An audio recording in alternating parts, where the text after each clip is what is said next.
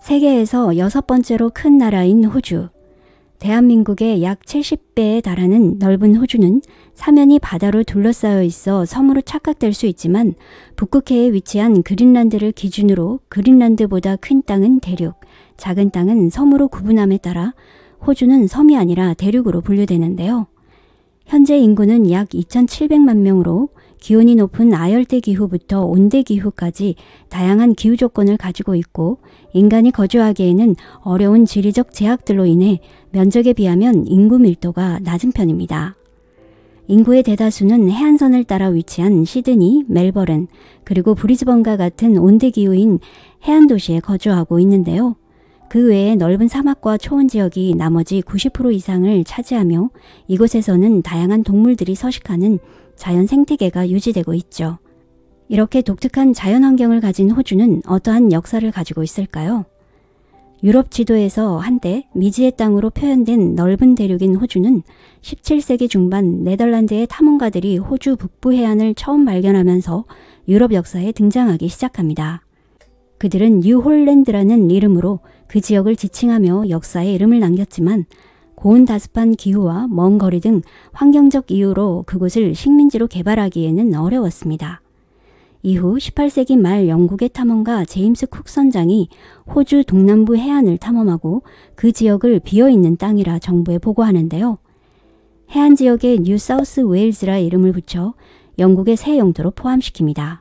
하지만 쿡 선장의 선언은 수천 년간 이 땅에서 살아온 원주민들의 존재를 전혀 고려하지 않은 일방적인 영토 강탈이었습니다. 호주는 오래전부터 애보리진이라 불리는 원주민들이 거주하고 있었는데요. 이들은 약 6만 5천 년 전 현재보다 해수면이 훨씬 낮았던 시기에 아프리카를 떠나 동남아시아를 경유하여 호주 대륙에 도착했을 것으로 추정됩니다. 그곳에는 대략 100만여 명의 애보리진이 300여 개의 서로 다른 부족 국가에 속해 있었는데요. 이들은 각기 다른 사회 구조와 250개 이상의 언어를 사용하며 각각의 생활 문화를 발전시켜 왔었죠. 그런데 쿡 선장이 호주를 발견하고 일방적인 영토 선언으로 인해 큰 변화가 일어나게 된 것입니다. 당시 국제법규에 따르면 새로운 땅을 발견한 탐험가는 자신의 국가 영토로 선언할 권리가 있었기 때문에 영국은 규칙을 바탕으로 호주를 공식 식민지로 선포했습니다. 그러나 오랜 기간 그 땅을 터전으로 살고 있던 원주민들에게는 침탈의 역사나 다를 바가 없었죠. 더욱이 영국에서 범죄를 저질렀던 많은 죄수들이 호주로 유배되면서 원주민들의 삶은 점점 힘들어졌습니다.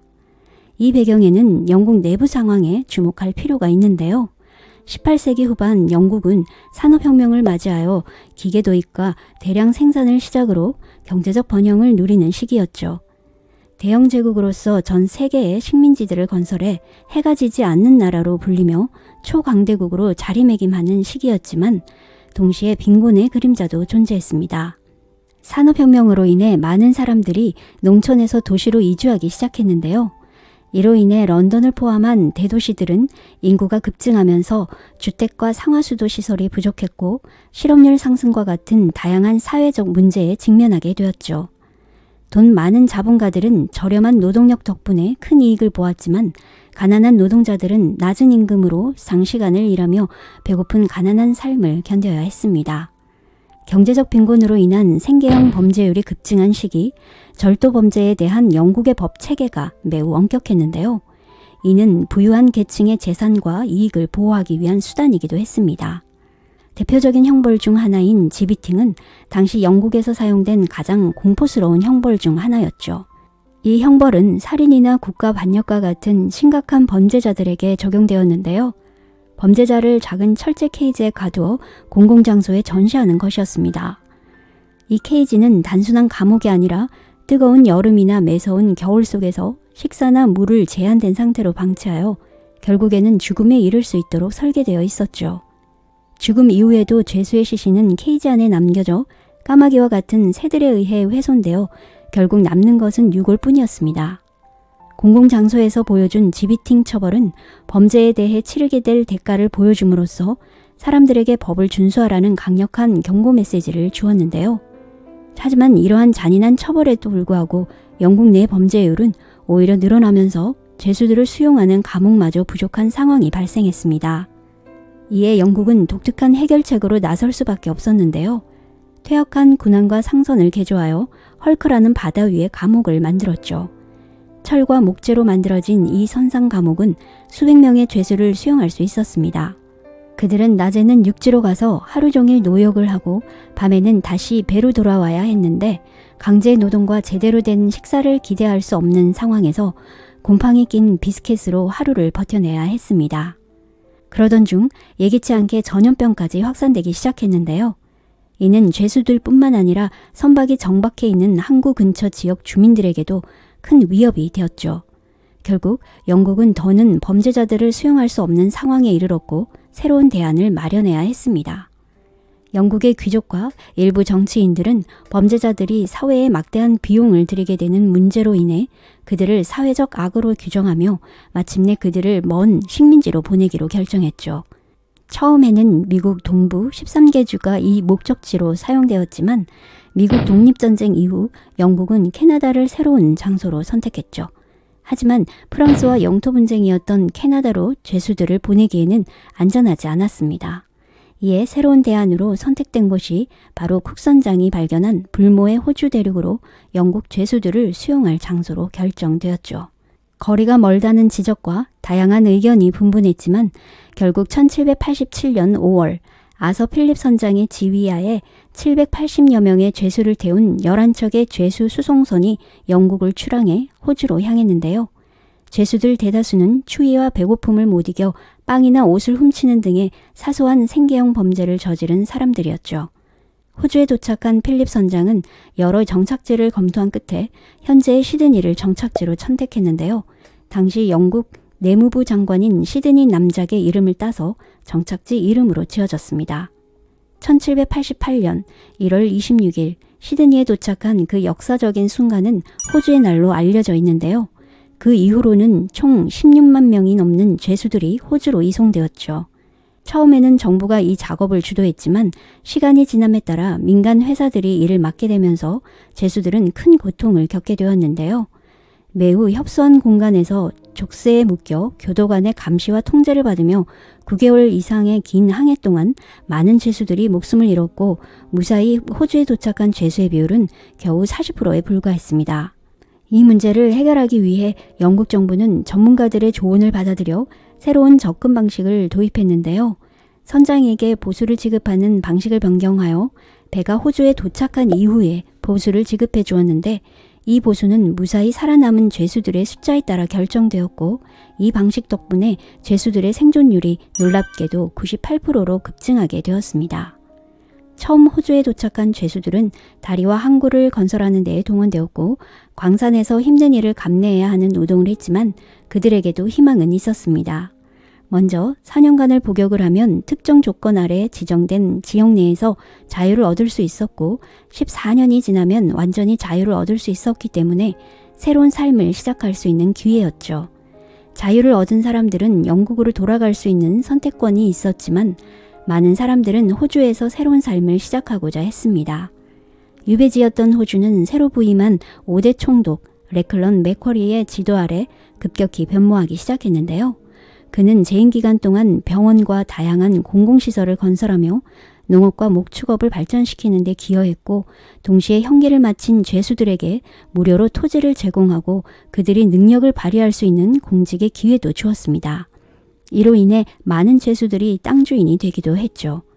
맥쿼리 총독의 개혁은 호주 사회계층을 변화시키며 크게 발전시키는 데 기여해 오늘날 호주의 아버지로 불립니다. 자윤이 된 사람들의 노동력과 효율적인 정책이 맞물리면서 호주는 성장할 수 있는 기틀을 마련하게 되지만 한편으로는 원주민들의 삶은 크게 어려워집니다. 원주민들은 오랫동안 살던 해변가의 땅을 빼앗기고 살기 힘든 내륙으로 옮겨가야 했는데요. 일부 원주민들은 백인들의 사냥감이 되어 살해당하는 일이 빈번했고 실제로는 오늘 원주민 사냥으로 17명을 죽였다. 라는 탄압 사실이 담긴 일기가 발견되며 충격을 주었었죠. 특히 태즈메이니아 원주민 학살 사건은 19세기 초에 발생한 비극적인 충돌로 훗날 블랙워라 불리며 알려집니다. 이 사건은 태즈메이니아의 원주민은 거의 전멸에 이르게 했고 그들의 문화와 언어는 지워지고 부정당했습니다. 거기다 수많은 유럽인들의 이주로 인해 천연두와 같은 전염병이 퍼져 많은 원주민이 목숨을 잃었는데요. 초기 100만 명에 달했던 원주민 수는 이후 10만 명 이하로 줄어들었고 결국 원주민의 시대는 종식되고 백인들이 주를 이루는 새로운 시대가 시작됐음을 의미했습니다. 19세기 초반 영국의 호주 개척 작업은 속도를 내기 시작했는데요. 처음에는 동부에서 시작된 이 작업이 서부로 확장되어 결국 호주 전역이 영국의 식민지가 되었죠.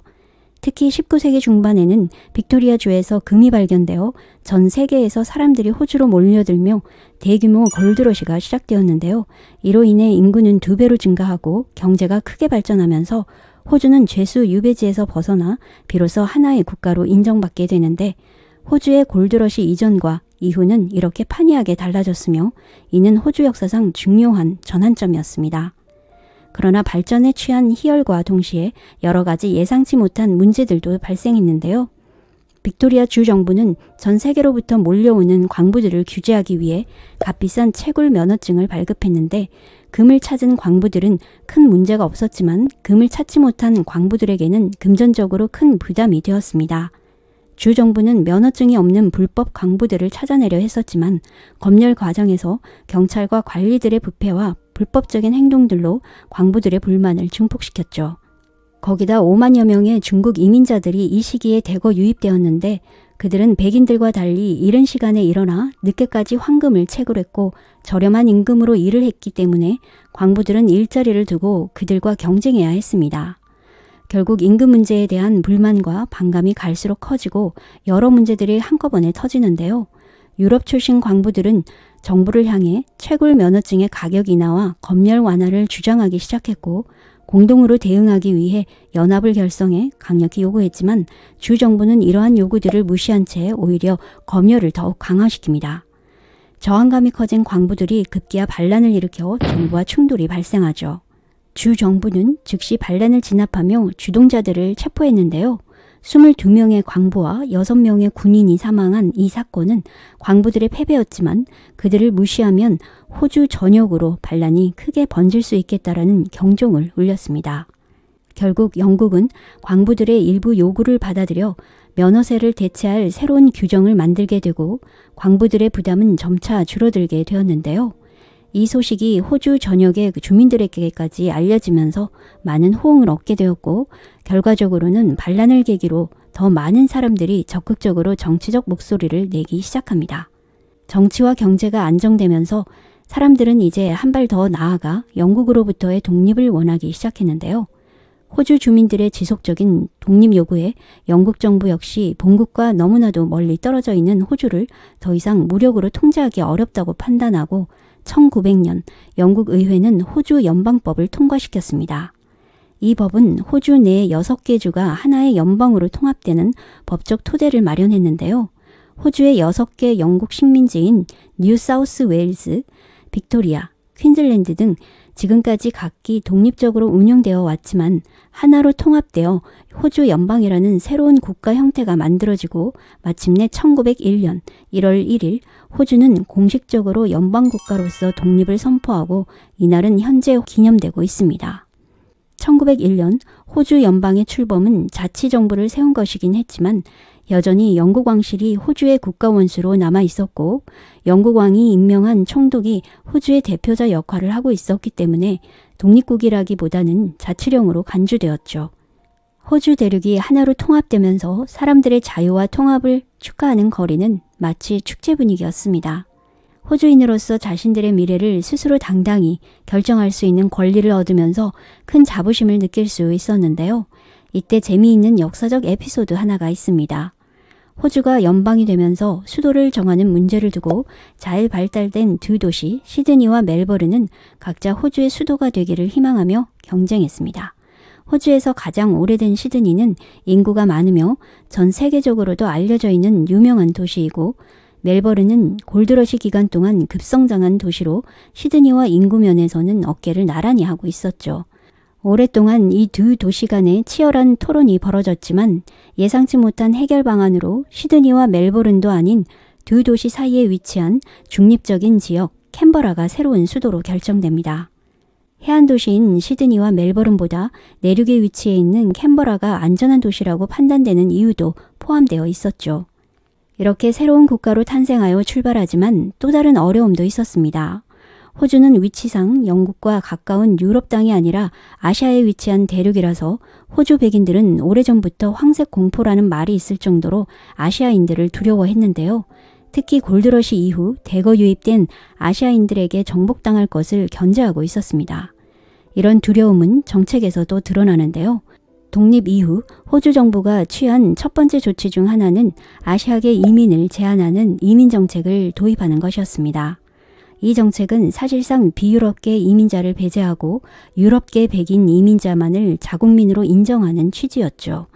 예를 들어 영어로 시행되는 필기 테스트는 백인 이민자에게는 유리하게 작용하고 아시아계 이민자들에게는 입국을 어렵게 만드는 장벽 역할을 했는데 이러한 정책은 백호주의 정책이라는 이름으로 알려진 정치적 사상을 반영한 것입니다. 거기다 정부는 원주민을 관리해 보호하겠다며 동화 정책을 만들고 원주민 보호구역을 설정했지만 사실상 원주민으로부터 그들의 독특한 언어와 문화를 빼앗아 백인의 문화를 강제로 받아들이게 했죠. 또한 애보리진 어린이들을 가족으로부터 분리해 더 발전된 문화 아래에서 성장할 수 있다며 백인들의 가정으로 강제 입양시키기도 했는데 이렇게 분리된 어린이들은 도난당한 세대로 불리며 백인 가정에서 노예나 하인처럼 대우받기도 했습니다. 이때 호주는 다시 큰 위기를 맞으면서 사회적 분위기가 변하는 계기가 되었는데요. 특히 제2차 세계대전 동안 일본의 호주 북부 폭격은 호주가 국방과 외교적으로 해결해야 할 새로운 도전이었습니다. 영국이나 유럽의 동맹국들이 즉각적으로 도움을 줄 수 없었던 상황에서 호주는 안보 문제를 스스로 해결해야 했는데 이 상황에서 수백만의 적은 인구로 어떻게 이 거대한 나라를 방어할 수 있을까라는 고민이 나왔고 이는 백인들만으로는 더 이상 호주를 지킬 수 없다는 결론으로 이어졌죠. 전쟁을 통해 인구 부족의 위험을 실감한 호주 정부는 백호주의가 강대국으로 발전하는 데 장애가 되는 정책이라 판단하고 결국 백호주의 정책을 폐지해 다양한 문화 및 인종의 이민자들을 수용하여 다문화 사회로 재탄생하게 되었는데요. 호주는 웨스트민스터 통치법과 영국 의회가 호주에 대한 최종 입법 권한을 포기하는 호주법이 통과된 이후 완전한 독립국으로 거듭났습니다. 2008년 2월 13일 호주 정부는 부끄러운 과거의 애보리진 원주민에 대한 만행을 뉘우치며 공식적으로 사과하는 성명을 발표했는데 이 사건은 호주 사회에 큰 울림을 주었고 애보리진 커뮤니티와의 관계 개선을 위한 첫걸음으로서 중요한 의미를 갖게 되었습니다. 원주민에 대한 불평등과 차별 문제는 여전히 해결해야 할 숙제로 남아있지만 호주는 자국의 역사를 되돌아보고 공정한 사회를 위해 계속 나아가고 있습니다. 이상으로 호주 역사에 대한 정리를 마치겠습니다. 흥미로우셨다면 구독과 좋아요 부탁드리며 끝까지 시청해 주셔서 감사합니다.